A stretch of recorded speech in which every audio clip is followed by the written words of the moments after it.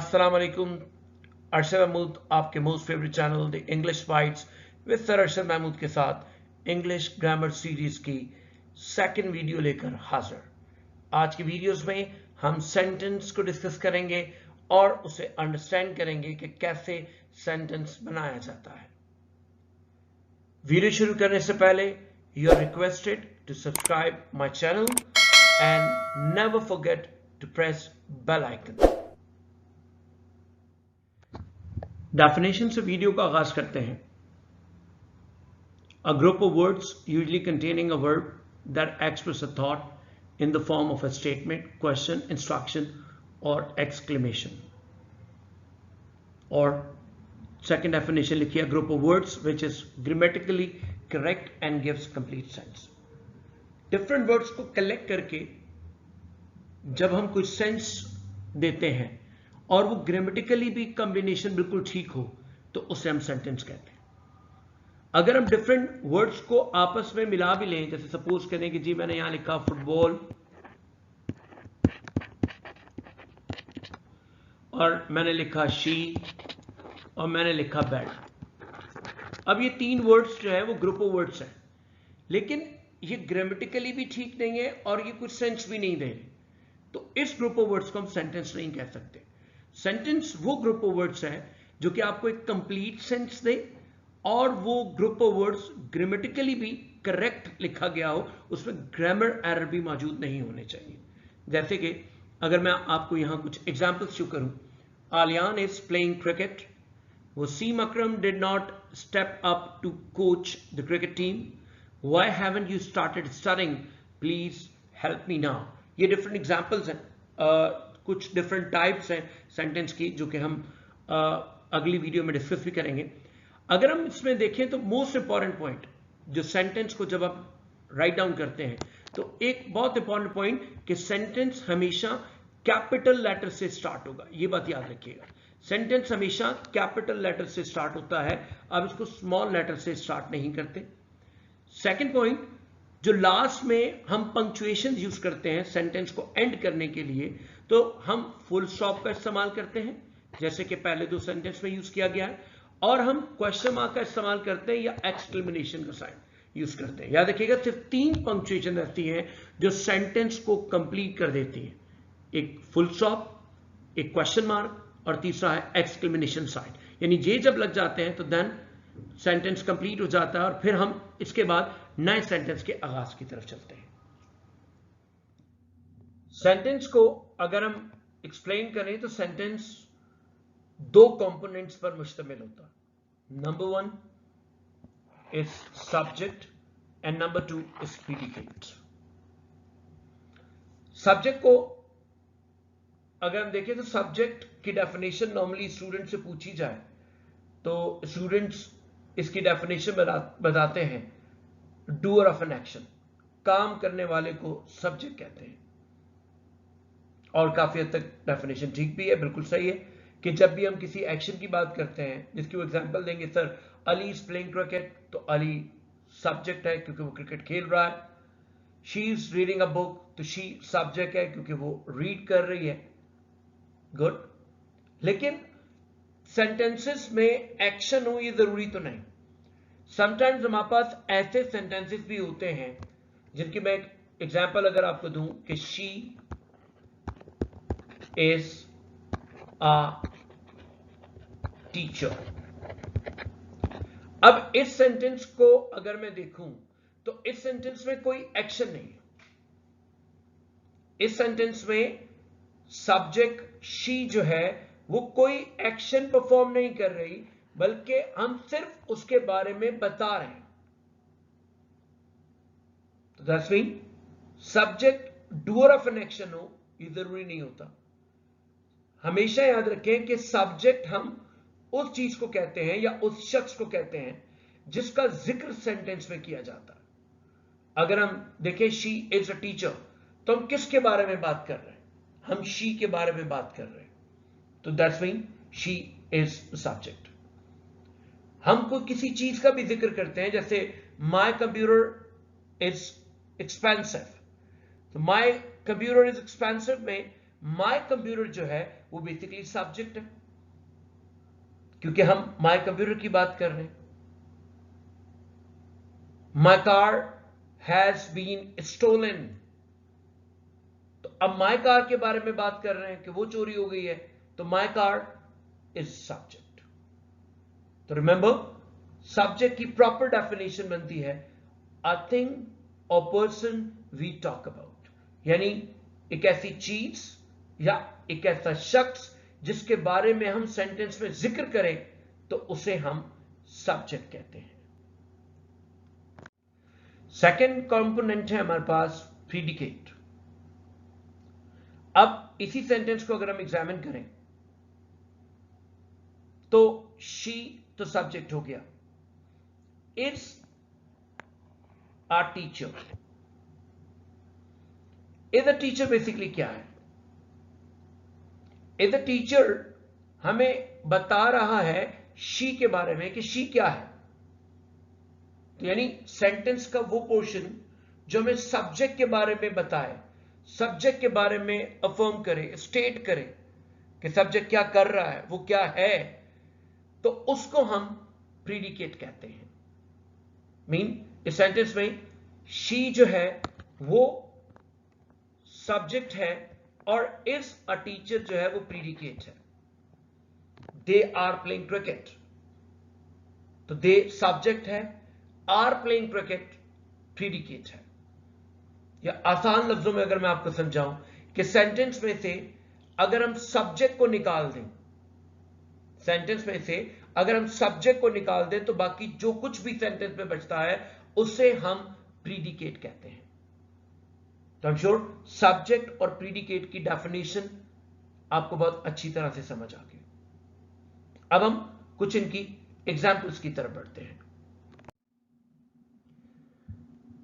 Subject की examples को अगर हम देखें, I think a person we talk about definition, हमने इसको देखा और समझा। तो ये जो कुछ एग्जाम्पल्स मैंने आपके सामने लिखी हैं, Ramsha at a pi, he will be punished, my brother sat by the fire, swimming is fun, what I want is some passion, it has been raining since morning, Sayab and Imtiaz are going outside together। याद रखिएगा, subject एक word हो सकता है और subject एक word से ज्यादा भी हो सकता है। यानी यही इन्हीं एग्जाम्पल्स में हम देखें तो इसमें रमशा सिंगल वर्ड है जो कि एक नाउन है, ही एक सिंगल वर्ड है जो कि प्रोनाउन है। अब नाउन भी सब्जेक्ट है और प्रोनाउन भी सब्जेक्ट है। फिर उसके नीचे अगर हम आए तो बाय ब्रदर, अब ये एक फ्रेज हो गया। हम उसके नीचे आए तो स्विमिंग जो कि वर्ब की आईएनजी फॉर्म है और वो एज सब्जेक्ट यूज हो रही है, नहीं उसे हम जारेंट कहते हैं।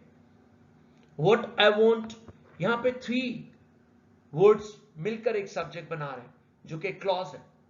It again a single word, Imtiaz and सया again 3 words.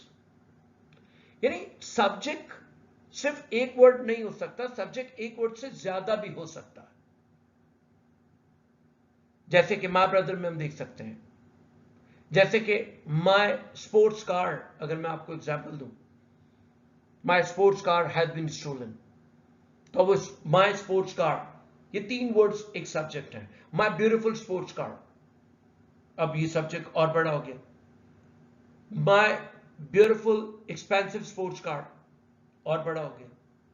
My beautiful expensive sports car that was gifted by my father has been stolen. यानी सब्जेक्ट को आप जितना चाहे बड़ा कर लें, लेकिन एक बात याद रखें कि सब्जेक्ट को चाहे आप जितना बड़ा कर रहे हैं, लेकिन उसमें जो एक वर्ड होगा वो बेसिकली हेड होगा, जिसे हम हेड सब्जेक्ट भी कहते हैं। जैसे माय ब्रदर, अब माय ब्रदर में अगर हम देखें तो इसमें इंपॉर्टेंट क्या है, ब्रदर है, तो brother is basically a subject, बाकी सब उसके एट्रीब्यूट्स हैं। यानी सब्जेक्ट को आप 2 हिस्सों में मजीद डिवाइड कर सकते हैं कि सब्जेक्ट हेड होता है और सब्जेक्ट एट्रीब्यूट्स होते हैं। अब इसमें ब्रदर जो है वो हेड है, ये जो है वो एट्रीब्यूट है। इसी तरह मैंने आपको example the, my beautiful red sports car, तो इसमें जो कार है वो हेड है, और माय ब्यूटीफुल रेड स्पोर्ट्स ये एट्रीब्यूट्स है, मॉडिफायर्स है सब्जेक्ट के, जो सब्जेक्ट को मजीद एक्सप्लेन कर रहे हैं, उसको मॉडिफाई कर रहे हैं। तो ये बात याद रखिएगा कि सब्जेक्ट जो है वो एक वर्ड भी हो सकता है और एक से ज्यादा भी हो सकता है। लेकिन इन एग्जांपल्स में से अगर हम लास्ट एग्जांपल को देखें, Siyab and Imtiaz are going outside together, तो इन सेंटेंस में सियाब भी इंपॉर्टेंट है और इम्तियाज भी इंपॉर्टेंट है। यानी अगर हम देखें तो ये भी हेड है और ये भी हेड है, दोनों हेड सब्जेक्ट है। तो ऐसी सूरत में जब आपके पास एक ही सब्जेक्ट में दो हेड्स आ जाएं तो हम उसे कंपाउंड सेंटेंस कहते हैं। ठीक है, आई एम श्योर कि ये आपको क्लियर होगा। अगर हम इसी को आगे एक्सप्लेन करें तो noun, pronoun, noun phrase, gerund, clause, dummy subject, इसको हम आगे जाके पढ़ेंगे क्योंकि समटाइम इंग्लिश में हमारे पास सब्जेक्ट जब नहीं होते, स्पेशली जब हम वेदर की बात करते हैं, जब हम टाइम की बात करते हैं, तो फॉर दैट हम डमी सब्जेक्ट इट का इस्तेमाल करते हैं। इट इज 7 o'clock, 7 बज रहे हैं, तो यहां पे 7 बज रहे हैं में हमारे पास सब्जेक्ट कोई नहीं है, तो हम टाइम बताने के लिए इट यूज करते हैं। इट इज रेनिंग, बारिश हो रही है, तो वेदर या टाइम को एक्सप्लेन करना हो, for that reason we use dummy subject जो कि इट हमारे पास मौजूद है। And the last one is compound subject. अब हम प्रीडिकेट की, predicate the part of a sentence that contains the verb and gives information about the subject. Predicate group of words हो सकता है सब्जेक्ट की तरह और सिंगल वर्ड भी हो सकता है।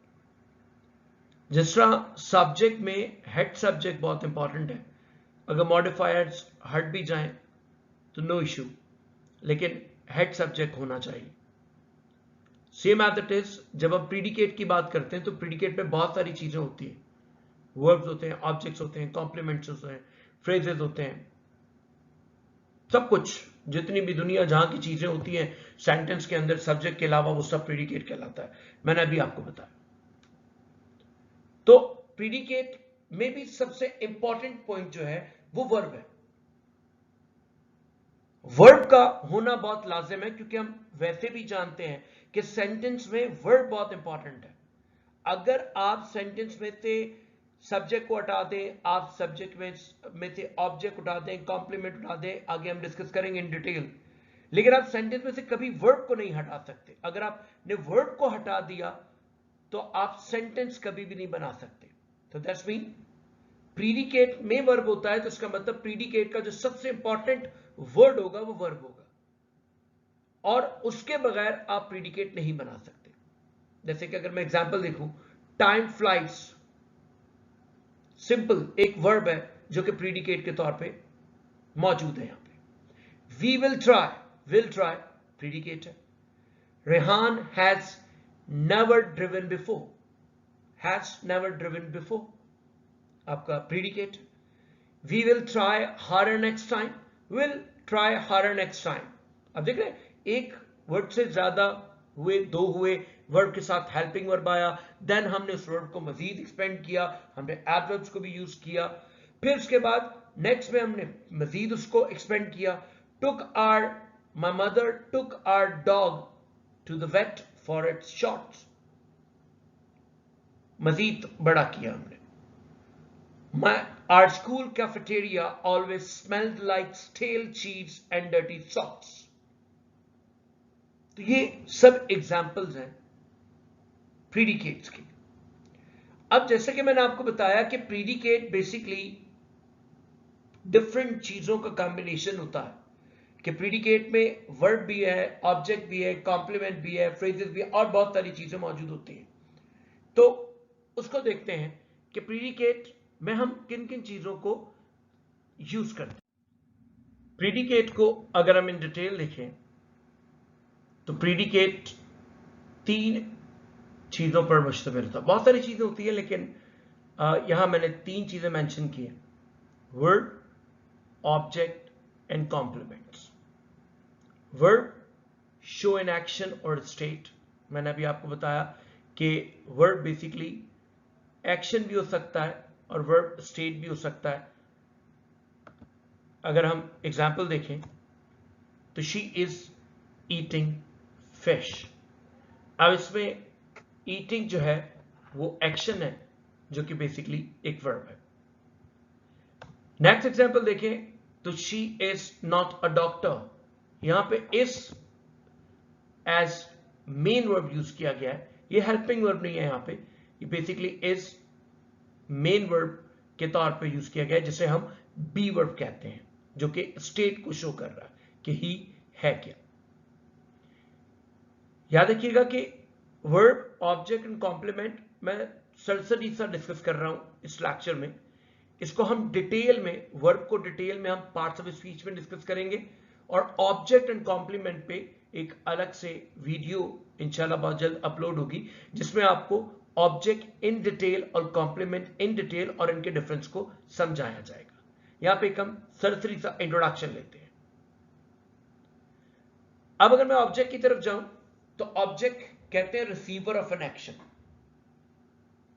जिस पर काम किया जाए. बचपन में हम सुनते हैं और हम ये याद भी रखते हैं, हमेशा जब भी पूछते हैं तो कहते हैं जिस पर काम किया जाए. अब बिल्कुल ठीक, रिसीवर ऑफ एन एक्शन, जो काम को रिसीव करता है उसे ऑब्जेक्ट कहते हैं. ऑब्जेक्ट की बेसिकली अब आपके पास टू टाइप्स है, डायरेक्ट ऑब्जेक्ट और इनडायरेक्ट ऑब्जेक्ट.